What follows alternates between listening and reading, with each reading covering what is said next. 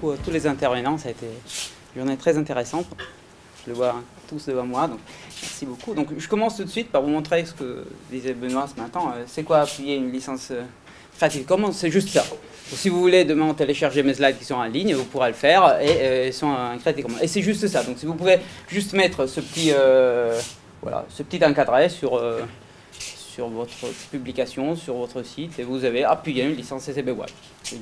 Alors moi j'ai mis un CC BY et ça parce que j'ai me pinaillé, mais bon, sinon c'est le même principe, mais c'est juste ça. Donc il n'y a rien à faire, il n'y a pas à écrire un site particulier, ça suffit pour avoir appuyé une licence sur votre document.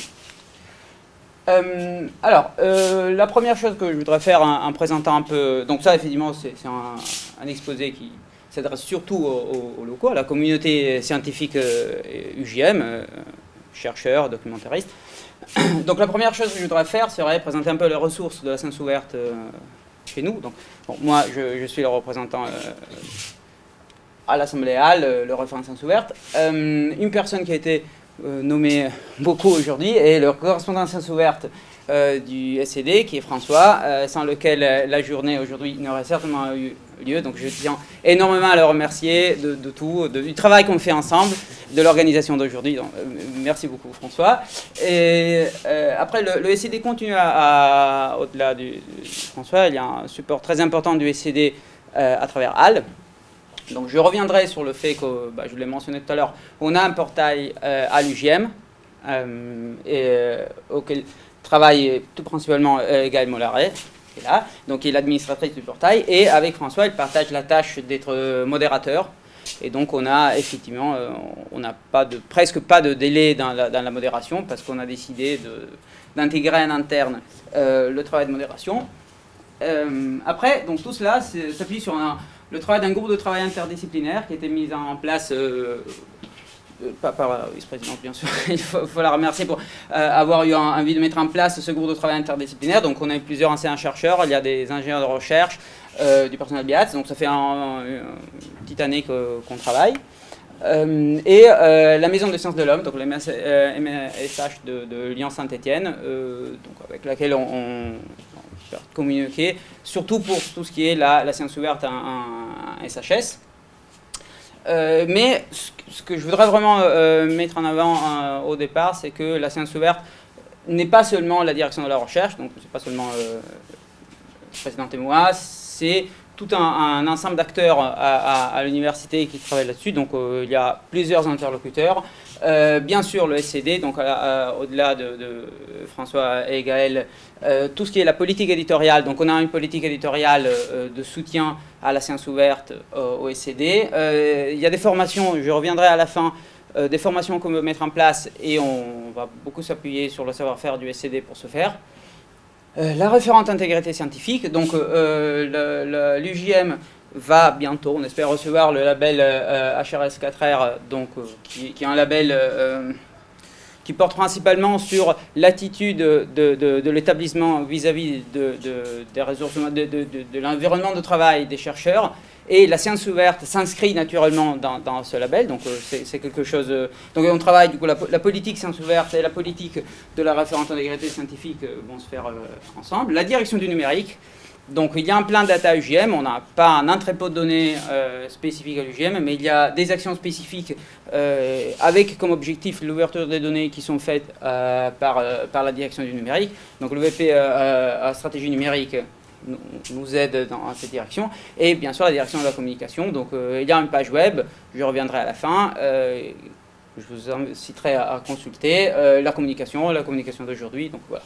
Donc comme on dit souvent, tout ce qui ne marche pas trop en science ouverte c'est ma faute, mais tout ce qui marche c'est grâce à une communauté qui marche bien, très active et multidisciplinaire.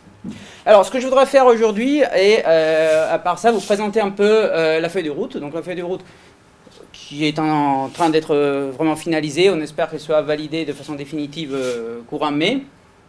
Donc elle comportera 18 actions. Je ne veux pas vous détailler 18 actions en 20 minutes, sinon on reste ici jusqu'à demain matin. Et surtout organisée autour de 3 axes et 3 volets. Alors les axes publication, données et pratique de la recherche, ils ont été introduits ce matin dans le premier exposé. Et globalement, vous avez compris aussi les gens d'exposé qu'on a écoutés. Donc il y a l'aspect publication, donc ouverture des publications, l'aspect ouverture des données, et nos pratiques en tant que chercheurs.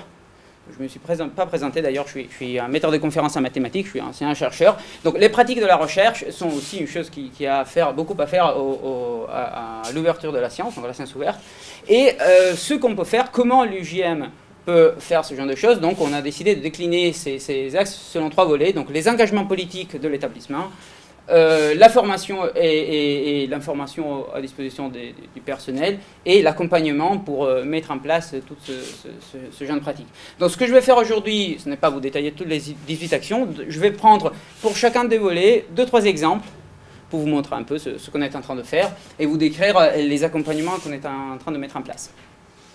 Donc la première chose, c'est la signature de la charte de DORA. Donc dans la dernière commission recherche, il a été voté à l'unanimité que l'UJM va signer la charte DORA. Alors la charte DORA a été brièvement mentionnée ce matin, je pense. Donc c'est une charte signée en 2013 qui engage les établissements signataires à évaluer la recherche sans utiliser des critères bibliométriques, surtout pas des critères bibliométriques, comme le disait Benoît, dont plus de valeur à l'emballage qu'au contenu du cadeau. Alors, ce que j'ai fait ici, et d'ailleurs je me suis appuyé sur le support de Thomas Gorer qui est parti, c'est un ingénieur de recherche qui fait partie du groupe de travail. Donc, j'ai regardé, j'ai pris des champs disciplinaires un peu au hasard. J'ai pris l'info en sciences dures et l'économie un peu en SHS. Je l'ai fait pour plein de champs disciplinaires, après je n'avais pas trop de place. Donc, je regardais l'inflation sur 5 ans du facteur d'impact. Donc, sur la première colonne, vous avez la 2005-2010, et là pareil. Sur la deuxième, 2010-2015, et après 2015-2020. Et ce que j'ai fait, j'ai pris toutes les revues recensées par le Web of Science, et pour chacune, j'ai mis un trait bleu foncé si sur l'intervalle 5 ans, le facteur d'impact avait chuté, un trait un peu azur pâle s'il avait juste diminué un peu, un trait rose s'il avait augmenté un peu, et un trait rouge s'il avait explosé. Alors ce que vous remarquez, je trouve que c'est assez intéressant, c'est que dans le premier quinquennat, bon, il y a surtout, du moins en info, ça tombe un peu, je dirais, c'est plutôt bleuâtre, ça tombe un peu. Dans le deuxième, ça devient un peu plus normal, un peu plus distribué, c'est une distribution un poil plus uniforme, et là ça devient beaucoup plus rouge. Donc de plus en plus qu'on avance, plus il y a d'inflation sur le facteur d'impact. Vous prenez des revues et globalement vers la fin, là en particulier je trouve c'est extraordinaire, presque toutes les revues sur le quinquennat 2015-2020 ont eu un facteur d'impact qui a explosé. Alors ce n'était pas du tout le cas en 2005-2010 et pas en 2010-2015. Et si vous faites la même chose, moi je l'ai fait pour info, économie, en maths, en physique, en biologie, en médecine, en économie, en langue et lettres, c'est toujours le même, je vous en montre 2 autres. Donc ça c'est le premier, c'est toutes disciplines confondues, c'est à nouveau la même chose. Au départ, c'était assez bien équilibré, donc il y avait un peu de rouge, un peu de bleu. Donc il y avait certaines revues où ça augmentait un peu, il y avait d'autres où ça tombait un peu. C'est rare de voir, si vous voyez, des couleurs très foncées, donc normalement ça restait plus ou moins stable. Et puis sur le dernier quinquennat, ça a explosé. Et là, c'est toutes les disciplines confondues en SHS, pareil. Voilà, qu'est-ce que ça dit? Ça dit ce que vous imaginez. Beaucoup d'inflation signifie aussi beaucoup de dévalorisation. Donc, je ne révèle rien aux gens qui s'occupent de sciences ouvertes depuis très longtemps, mais s'appuyer sur le facteur d'impact est certainement quelque chose de biaisé. Et donc, signer la charte de DORA pour l'établissement, et en général, l'engagement de l'établissement à ne pas tenir en compte de ce genre d'indicateurs bibliométriques lors des évaluations des chercheurs et des recrutements. Donc, pour ce qui est promotion interne, attribution d'appel à projet, c'est quelque chose que je pense c'est très important. Alors, comme le disait Benoît, on peut et on doit évaluer la science. Juste, il ne faut pas évaluer les conteneurs de la science. Il faut lire, prendre le temps de lire les papiers et voir ce qu'il y a dedans. Alors, ça, c'était un premier engagement politique. Après, d'autres engagements politiques. Alors, là, je parle en particulier des politiques éditoriales.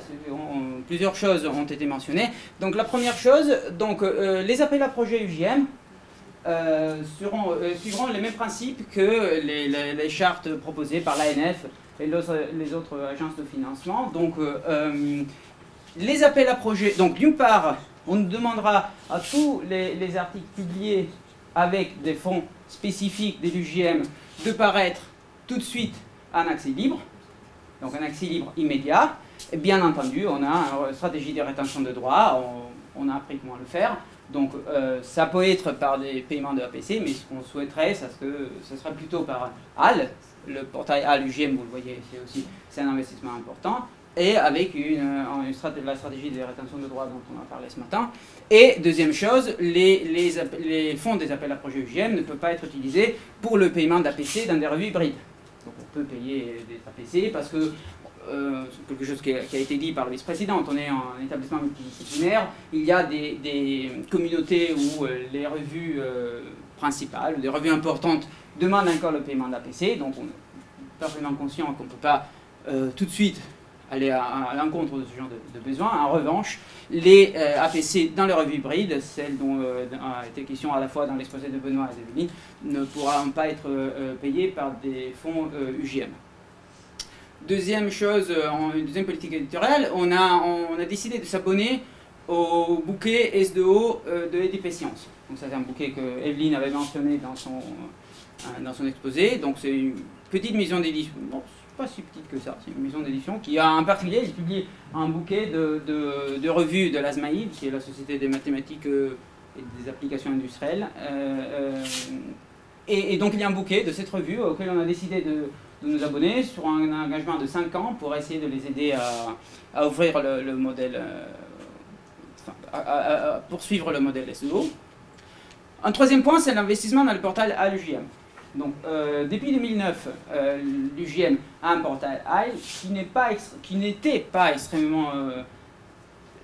il n'était pas très vital. Voilà. Donc, il était là, il existait. Ceci dit, disons, il avait besoin peut-être d'être un peu remis à jour, de reprendre un peu de vitalité. Donc, d'une part, le fait d'être à l'Assemblée des partenaires, quelque chose d'important, il y a un investissement économique. Faire partie de l'Assemblée des partenaires et avoir un portail HAL depuis l'année dernière comporte un investissement économique conséquent pour un établissement de notre taille. Et la modération en interne, qui n'était pas obligatoire. Donc là, à nouveau, je remercie François et Gaël. Donc c'est un choix qui a été fait avec le SCD. C'est du temps de travail, c'est beaucoup de temps de travail qui n'était pas a priori prévu par leur fiche de poste, mais c'est quelque chose qu'on a voulu faire et que ça améliore d'une part la vie des chercheurs, d'un chercheur qui dépose dans notre portail, et d'autre part, je pense que c'est important, si on veut vraiment être engagé en tant que partenaire de HAL, avoir des modérateurs en interne permet d'avoir des retours, des difficultés qui sont beaucoup plus efficaces, et puis on espère pouvoir communiquer avec HAL, avec tous les partenaires pour faire évoluer ça.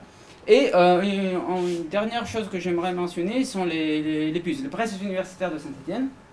Donc pas tout le monde peut-être est au courant de leur existence. C'est une petite maison d'édition adossée à l'UGM qui a une production assez importante en SHS. Et on est en train de... Donc elle publie surtout des ouvrages, aussi des revues, en particulier une. Alors la revue pour l'instant est une revue publiée en accès ouvert Diamant. Donc il est une revue focale qui est libre pour les auteurs et pour les lecteurs, et on est en train d'essayer d'évoluer vers un accès ouvert aussi pour les livres. Et donc on a décidé de déposer une candidature FENESO, qui est le Fonds national pour la science ouverte, pour avoir un CDD de quelqu'un qui aide à numériser les anciennes collections, pour pouvoir mettre toutes les anciennes collections de PUS disponibles en libre accès. Voilà, après numérisation. Après, volet formation-information. Donc je commence plutôt par la partie information que la partie formation. Et donc, baromètre de la science ouverte. Donc il a été mentionné aujourd'hui à quelques reprises, le baromètre de la science ouverte. Donc depuis... donc le baromètre, il existe, il me semble, depuis 2018, 2020, 2018, non, 2019. Mais depuis 2 ans, le ministère permet de créer des déclinaisons locales. C'est-à-dire chaque établissement peut essayer de dresser un état des lieux de la science ouverte et l'ouverture de la science à son sein. Et donc ce qu'on a fait, toujours avec le SCD, et je vais en particulier saluer le travail de Claire Cidron, que je ne vois pas, mais qui doit être là, toujours Claire. On a développé le baromètre de la science ouverte à l'université Saint-Étienne, de Jean-Monnet Saint-Étienne. Donc ce qui en ressort, c'est que en 2022, on avait un taux de publication ouverte qui était du 68%, une légère hausse par rapport à 2021. Alors, il y a une chose importante à dire, donc c'est pas mal. Tout à l'heure, on a vu qu'au niveau national, la moyenne me semble être autour de 71 à 72, donc c'est plutôt très bien. Il est important, pour être honnête, de dire que malheureusement, pour la façon dont le baromètre a été conçu, il y a une sous-estimation des parutions en SHS. Et comme on est une université pluridisciplinaire et il y a beaucoup de publications en SHS, ce 68%, il n'est pas vraiment représentatif. Il faudrait le pondérer avec le nombre d'articles publiés en SHS et de revoir un peu si ce 68 augmente ou peut-être chute un peu, puisque voilà, il n'y a presque pas de SHS là-dedans. Mais voilà, ça donne une indication, ce qui est d'ailleurs le même problème qu'il y a le baromètre au niveau national. Donc c'est pas spécifique, ce problème n'est pas spécifique à l'UGM, c'est un problème national, donc il faut le prendre avec un grain de sel, mais voilà, ça donne une information du fait qu'on est en train de... On n'est pas si mauvais, et d'ailleurs c'est intéressant, et c'est surtout pour cela que je tenais beaucoup à voir les résultats de ce baromètre, parce que on peut décliner le baromètre par discipline. Donc, je suis mathématicien, mais force est de constater que les matheux ont été les meilleurs. Donc nous, on est au 91% des nos publications sont en accès ouvert, et puis bon, on est quand même tous assez bons. Donc, mais ce qui est intéressant au-delà de ça, c'est la partie à gauche. Donc ce que vous voyez ici, c'est la voie qui permet cette ouverture. Donc le baromètre nous montre assez clairement que la plupart des publications en maths sont en accès ouvert puisqu'elles ont été déposées dans une archive ouverte. Alors que dans d'autres disciplines, comme par exemple celle-ci, que je n'arrive pas à lire étant mieux, vous voyez qu'il y a une partie jaune, c'est-à-dire les APC, les revues nativement libres grâce au paiement des APC, qui ont une part qui est presque équivalente à la part d'accès ouvert sur archives ouvertes type HAL, typiquement, ou ARCAD, ou BioArchive. Alors pourquoi je pense que c'est important en tant que référence sciences ouvertes, parce que une des actions fondamentales, c'est essayer d'aider des communautés qui ont encore une culture de sciences ouvertes qui n'est pas extrêmement développée à mieux faire. Et donc pouvoir regarder un peu quels sont les laboratoires, quels sont les chercheurs qu'on peut peut-être aider plus que d'autres est quelque chose qui est important pour essayer de mener une politique de sciences ouvertes. Et donc, pour ce qui est les formations, en revanche, c'était plutôt le côté information. Pour le côté formation, alors, on va certainement proposer, à nouveau avec le SCD, des formations au dépôt d'un HAL. Alors, déposer d'un HAL, c'est beaucoup plus simple qu'il y a 1 an et demi ou 2 ans. Eh bien, merci pour le travail. Donc, comme je le disais, moi, j'ai récemment déposé en papier d'un HAL. Finalement, c'était très simple. Et ça a très facilement été poussé vers Archive, donc c'est quelque chose de faisable. Néanmoins, il y a des collègues, on a récemment avec François Couronnet a fait une formation dans un laboratoire de marketing, où ils nous disaient que parfois ils avaient des doutes, il y avait certaines qui n'avaient pas jamais déposé un HAL. Une première fois, il faut le faire, il faut se créer un compte, pas des choses très compliquées, mais bon, disons, du moment où on demande que toutes toutes les publications issues des financements UGM soient dans un archive ouvert, la moindre des choses, c'est proposer des formations pour rendre ce dépôt le plus simple, le plus facile possible. De même, il y aura des formations sur les licences. Donc aujourd'hui, on a beaucoup parlé de licence CCBY. Vous avez vu dans ma première slide, moi j'ai marqué CCBY SA. Quelle est la différence? Que signifie? Quelles sont les licences? Que signifie appuyer une licence? Donc c'est des formations qu'on va mettre en place. Une chose que je tiens à faire est diffuser. Vous allez tous recevoir un mail bientôt. Diffuser une enquête qui est proposée par le CCSD, qui est une enquête de besoin de formation à HAL. Donc, il s'agit ici des formations proposées par le CCSD, donc pas forcément proposées en local, mais à nouveau, du moment où on a décidé d'être engagé en tant que partenaire de HAL, il est nécessaire d'essayer de aussi faire remonter à HAL nos besoins en tant que besoin de formation, difficultés qu'on peut retrouver. Donc, diffuser, donc ça c'était juste un exemple pour vous montrer comment outre HAL, globalement, nous on assure une veille sur les nouveautés qui concernent la science ouverte. Il y a plein de nouveautés sur les modèles éditoriaux, sur les archives, sur ce qui se passe. Donc on essaye d'assurer un peu un suivi et une veille à toutes les nouvelles toutes les nouveautés. Des identifiants chercheurs, à nouveau, ORCID, idéal, et jusqu'à quel point ils sont interopérables. Qu'est-ce qu'ORCID? Une chose, ou ORCID, donc je ne sais jamais comment le prononcer, une chose qu'on voudrait mettre à terme aussi est la possibilité de pré-remplir tous les formulaires que vous avez à remplir pour quelque chose en interne à l'université, déposer un appel à projet, demander une promotion, postuler à l'université, juste en remplissant un formulaire ORCID. Si vous remplissez votre numéro ORCID, toutes les informations dont l'université peut avoir besoin sont contenues dans votre formulaire. Donc essayez de rendre les choses interopérables, surtout pour aider les chercheurs et sensibiliser les chercheurs à l'importance de ce genre d'identifiants. Et de même, surtout avec les messages qui a une expertise là-dedans, essayez de créer des formations pour l'aide à la rédaction de PGD. On a discuté avec des collègues, il y a beaucoup de craintes par rapport à comment on fait pour rédiger un PGD, et je pense que c'est dans le rôle d'une politique science ouverte d'aider ce genre de choses. Et de même, les recommandations pour le projet ANR. Alors aujourd'hui, il a été dit à plusieurs reprises, donc il a été que si on dépose un projet ANR, donc si on est récipiendaire d'un projet ANR, on doit déposer tout jeu de données et toute publication a un accès libre immédiat tout de suite. Malheureusement, pas toute l'université est ici aujourd'hui, donc essayez de... on aura des informations à propos de quelles sont les recommandations ANR. Les doctorants, alors je mets les doctorants et les nouveaux collègues un peu dans le même sens, dans le sens que d'une part, il faut créer au sein de l'école doctorale une sensibilisation majeure. Il y avait une question ce matin, majeure sensibilisation par rapport à la science ouverte pour les doctorants, donc à l'école doctorale, et de même, quand il y aura des nouveaux collègues, donc on fait habituellement une journée d'accueil des nouveaux collègues, bon, présenter quelle est la politique science ouverte, ce sera de l'établissement aux nouveaux collègues. Et j'en conclue ici parce que je ne veux pas trop m'étaler. Donc la première chose, c'est qu'on veut mettre en place, disons, en tant qu'accompagnement, c'est un guichet d'appui sur la science ouverte. Je pense qu'il y a énormément de questions qui ont été posées. Aujourd'hui, on a eu la chance d'avoir des personnes qui sont expertes en sciences ouvertes, donc on a pu poser des questions, on n'a pas pu poser toutes nos questions. Parfois, on peut oublier certaines des réponses. Alors moi, je n'ai pas les réponses. J'ai l'avantage de connaître des gens qui ont beaucoup de réponses.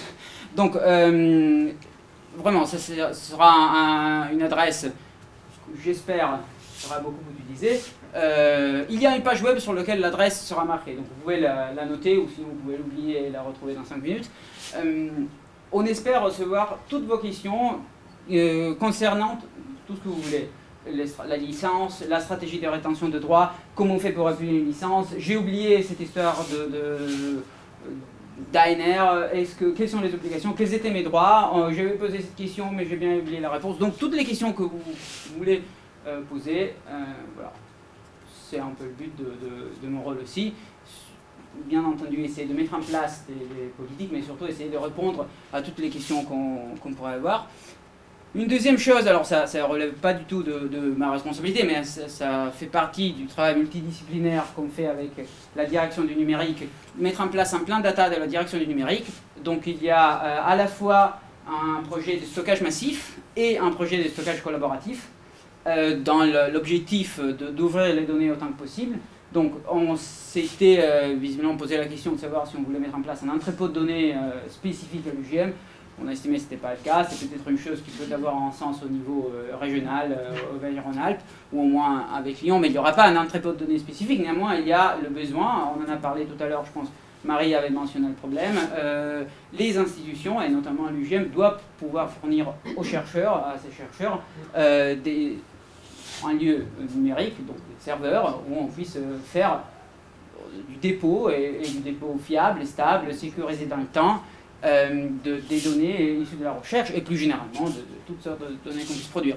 Et aussi dans le but que ce soit du stockage collaboratif, donc il y ait moyen pour d'autres chercheurs, ou pas, d'ailleurs, d'avoir accès, dans la limite, bien entendu, du respect des droits lorsque des données sensibles sont concernées, voilà, avoir accès à ce genre de données. Les deux dernières choses qui tiennent particulièrement à cœur, la première est, la première, donc, ça sera ici, donc c'est une enquête vis-à-vis des directeurs de laboratoire qu'on est en train de mettre en place avec François Couronnet, donc j'espère l'envoyer mai ou en juin. C'est pas tant pour faire une enquête, pour le plaisir de faire une enquête, mais c'est vraiment dans le sens que la science ouverte on peut espérer d'avoir une politique science ouverte au UGM si tous les chercheurs sont d'accord avec le fait qu'il est important de faire un peu de science ouverte. La chose peut se faire selon les communautés de façon très différente.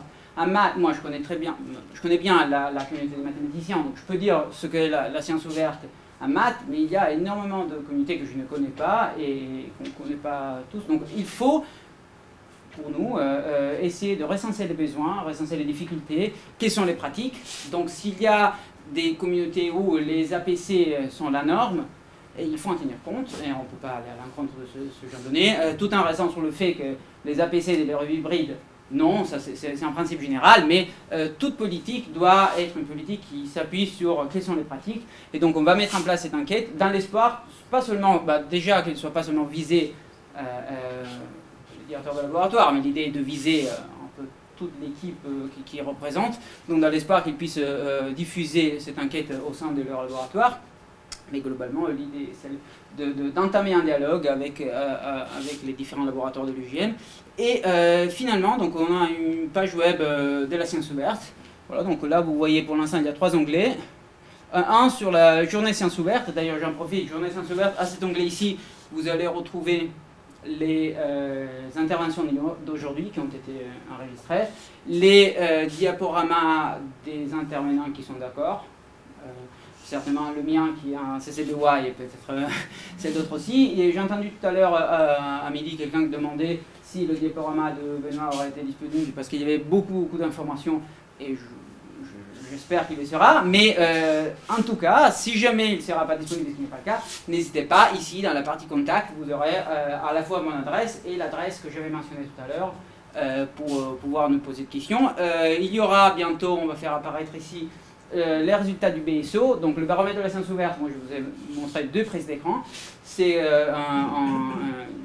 une source bien plus vaste d'analyse sur l'état de la science ouverte, et donc on mettra les liens, on est juste en train de faire un peu de mise en forme de la chose, mais on mettra ici le BSO, et une autre chose qui est partiellement déjà ici, mais qu'on va mentionner. Tout à l'heure, Evelyne, dans son discours, elle a parlé de Sherpa Romeo, et il a mentionné plusieurs outils. Alors, il y en a beaucoup.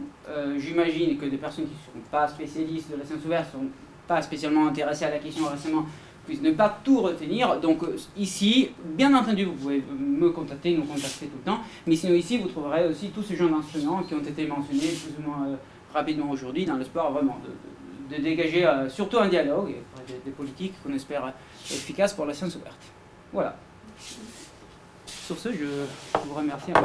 Bien évidemment, si vous avez des questions, je prendrai toutes vos questions. Et sinon, merci encore énormément aux intervenants et aux participants de cette journée. Voilà.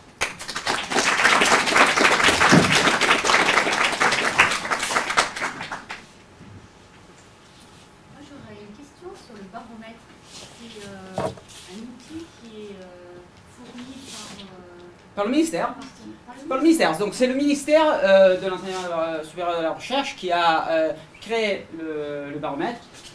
Donc c'est un instrument qui... Alors déjà, à partir de l'année prochaine, on pourra faire... Le baromètre pourra aussi tenir en compte des ouvertures des données. Donc pour l'instant, il n'y a que l'ouverture des publications, mais il va s'étendre à l'ouverture des données. Alors il se base... Donc, disons, il y a pour l'instant un défaut, disons, jusqu'à la dernière version. Le problème principal, c'est qu'il fallait fournir au ministère une liste de DOI, des publications d'un établissement. Alors, où trouver cette liste? Les 2 bases principales où trouver cette liste, c'est le Web of Science et Scopus, qui sont 2 bases privées. Alors, il existe aussi une base ouverte, qui est celle sur laquelle on s'est principalement appuyé. On s'est aussi un peu appuyé sur Scopus, mais principalement sur le Lance.org, qui est une base ouverte. Le problème principal pour lequel je mentionnais le fait que les SHS sont mal représentés, c'est que dans ces bases de données, les travaux en SHS, souvent, ne sont pas référencés ou partiellement référencés. Mais bon, donc c'est en ce sens, mais ils en étaient conscients au départ, qu'il fallait avoir des bases de données pour pouvoir faire des statistiques sur des bases de données, et si les bases de données sont moyennement fiables, les statistiques seront moyennement fiables. Donc c'est en ce sens qu'il faut prendre avec les pincettes. C'est quand même un instrument qui est fourni par le ministère, qui a été développé au départ par le ministère, que pour le ministère, après c'est l'Université de Lorraine qui a contribué. Finalement, il y a eu un retour d'expérience de l'Université de Lorraine qui a contribué d'entente avec le ministère. Donc ça c'est le résultat. Et à partir de l'année prochaine, HAL pourra aussi être utilisé pour aller voir les publications qui sont ouvertes. Mais bon. Ça elle est déjà Mais si, sur la version actuelle. sur la version actuelle, d'accord. Ah bah, je en pensais fait, que c'était à partir de... Voilà. Et sur la version, sur ce que disait Philippot, c'est qu'avant il fallait effectivement fournir une liste de DOI. Et aujourd'hui, pour l'équipe, en fait, le baromètre se base en particulier sur le structure ID qui est dans HAL. Si vos structures sont dans HAL, il y a un identifiant pour leur renseigner et ça va mettre faire remonter. Le problème là, à nouveau, c'est qu'il faut continuer à travailler pour que tous nos chercheurs mettent leur publication dans HAL. Parce que si quelque chose n'est pas dans HAL, on ne peut pas savoir. C'est pas la seule source. Pardon ? C'est pas la seule source. Après, il se sert de la structure ID pour l'affiliation, pour récupérer l'intitulé de l'affiliation. Donc l'établissement, le laboratoire, etc. Pour ensuite aller moissonner à travers un ensemble de bases les publications associées qui répondent à cette affiliation en fait. Et ce qui fait que le baromètre dans sa déclinaison actuelle, la toute dernière, peut être déclinable en fait à un niveau très granulaire. Très on va faire au niveau d'un laboratoire. Ouais. On va faire le baromètre de la science ouverte de l'ICJ. Ouais. Avant c'était que le national, après ça a été le niveau université, établissement, et maintenant on peut même. Un laboratoire peut s'en emparer si vraiment il souhaite valoriser sa politique en matière de sciences ouvertes. Justement, puisqu'on parle de valorisation, c'est vraiment une question de candide. C'est un critère d'évaluation des établissements aujourd'hui?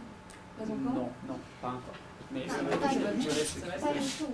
tout, mais le fait d'avoir le terme exact, à force de le répéter, d'avoir une politique opérationnelle en matière de sciences ouvertes et dans le référentiel HRS des établissements. Mais pas à ce niveau-là, enfin, on demande pas d'avoir un taux. Pas pour l'instant. Voilà.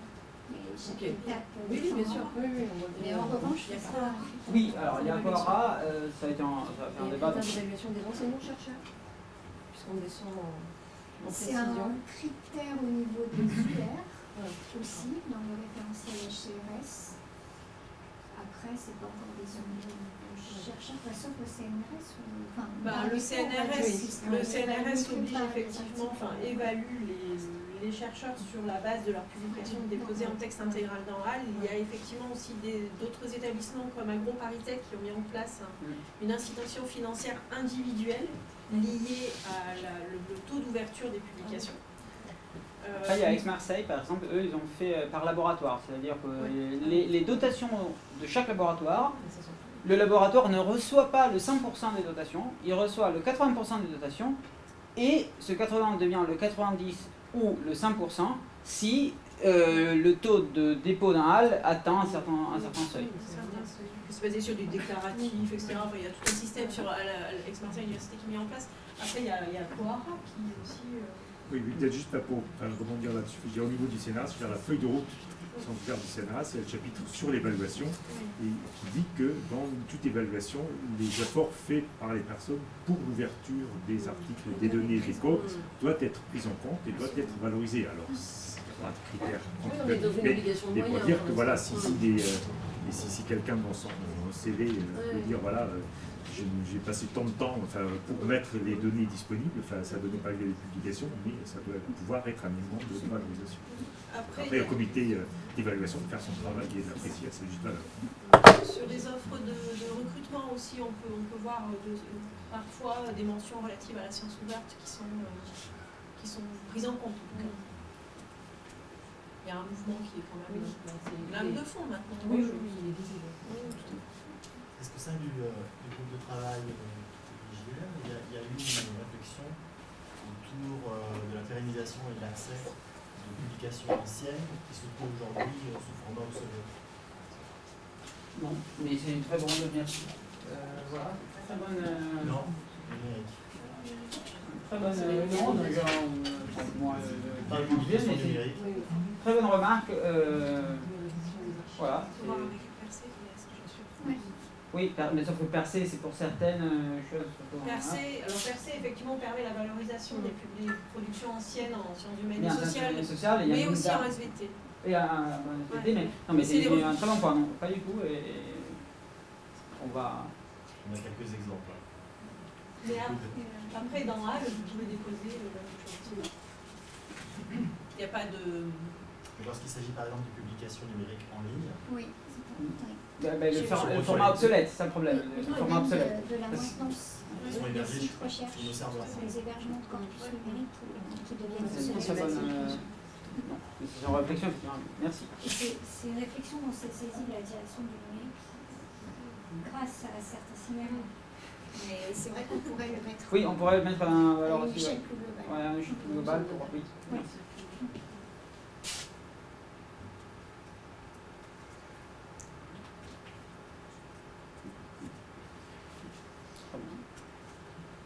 Petite remarque par rapport à l'adresse Sciences qui est ouverte, ça sera la semaine prochaine. Semaine prochaine. Très bien. Mais donc pour l'instant, vous pouvez me